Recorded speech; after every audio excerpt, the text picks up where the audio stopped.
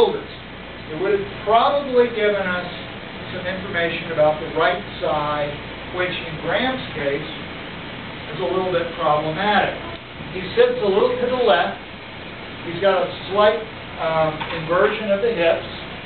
His sacrum is tilted to the high side on the right side. So as I look at him, I watch him pedal, I see a number of things that are problematic. Namely, stop for just a second, ITB, iliotibial band, external hip rotators, a little bit tender there. No? I can't go anything. Okay, so you have a couple of areas that are probably tighter on the right side than the left side. Right. So what's happening is, from the front, you'll notice that he's splayed a little bit.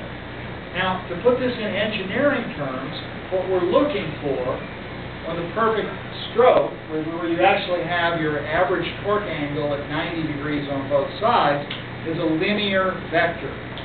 Anything that delineates from that linear pattern slows the cyclist down, creates friction. So when the iliotibial is tight, exacerbated by tight external hip rotators, then we see what we see here, a splay.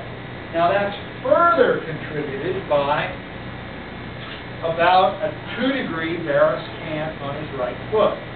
So what's happening is, instead of having a flat foot, Graham has a couple of degrees to the outside. He's varus, in other words.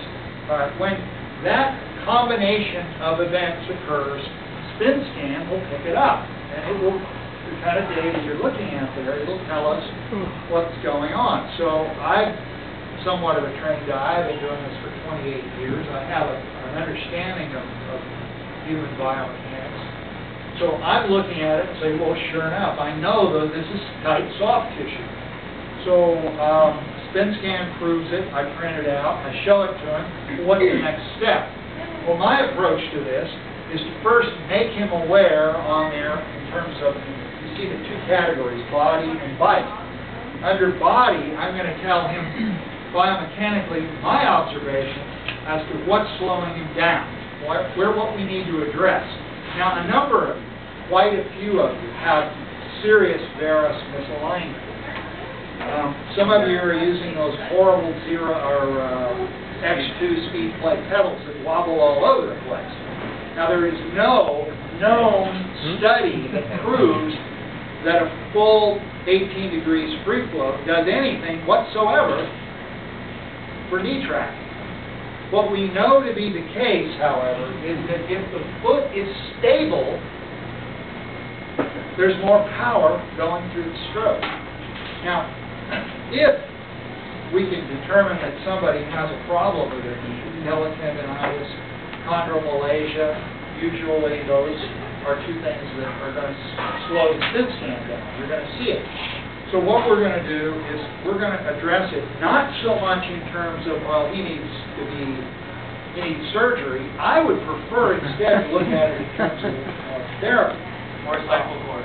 Yeah, I would look at it, let's say, what's the primary knee stabilizer, the VMO. Let's look at the vastus medialis obliquus. Let's look at hamstring strength. Let's look at adductor strength.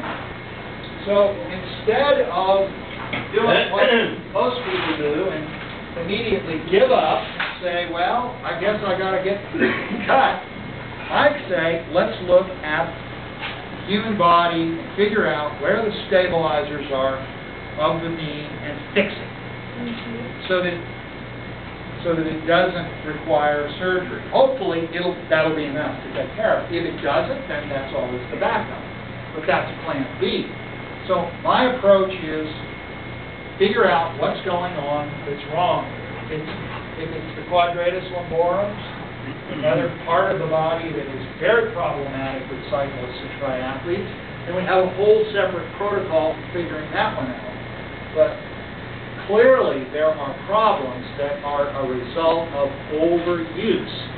So my approach, especially with masters cyclists and triathletes, is to tell them that you could probably get faster if you rode less. You know, I'm totally happy riding a couple of times a week, 2 or 3 times a week is enough, and I go faster because of that. What I spend a lot of time doing is working on my core strength and flexibility. Range of motion and flexibility. Those are the keys to performance. And I think that trying to ride 500 miles a week if you're 55 years old or 60 years old is a huge mistake. It will take you the wrong direction. So what we do when we work, we've had 146 national champions we've worked with. We've had 12 world champions. These are all elite level, and 2 Olympic gold medalists. And the approach is exactly the approach I'm taking with Graham. We start with a position analysis, which takes between 2 and 2.5 hours. We find all of the biomechanical idiosyncrasies that are slowing the cyclist down, and we address them. And that's material that I'm passing around is a summary of what it is we do. So you can do a fit very quickly.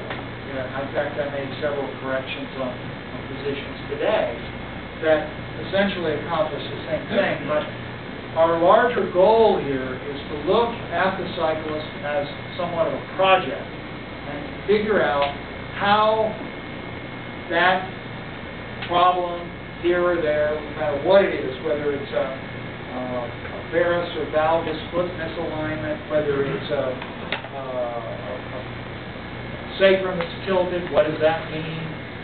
Whether it's a knee problem. And one of the things I ask on the sheet that I send around and some halfway through that package of material that I sent her is, do you have any problems? What are your problems? Do you have anything? Do you have any x-rays? If it's a serious problem, if you've had surgery, do you have any x-rays or anything that's going to be useful for us in terms of figuring out what we need to do structurally to make you stronger. So we address range of motion first, figure out what is problematic, and then go from there. So what I'll use is a goniometer, a telescoping goniometer, not a plastic one. I'll line this up with several bony reference points. You need 6 o'clock, please.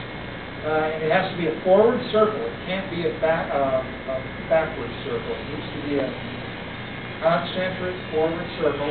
I'll stop it at the bottom dead center, 6 o'clock. I want approximately 18 degrees plantar flexion, which is where we have figured out is the most efficient position for maximum power gain. There we go. And I'll line this up with 3 points. At the bottom, I'll use the malleolus, the tibial region of the knee, and the greater trochanter. So, we put all that together. Graham is sitting at approximately 41 degrees. Well, I agree. That's a good number. Now, this guy is no idiot. He knows how to set up his own bike, and he's done an excellent job of it. But there are things that even Graham can't see, like exactly what I can't see my own position either. So you need somebody who can analyze that stuff and work with it. So that's what I'm here for. The other thing that I'm going to do, I'm going to bring them all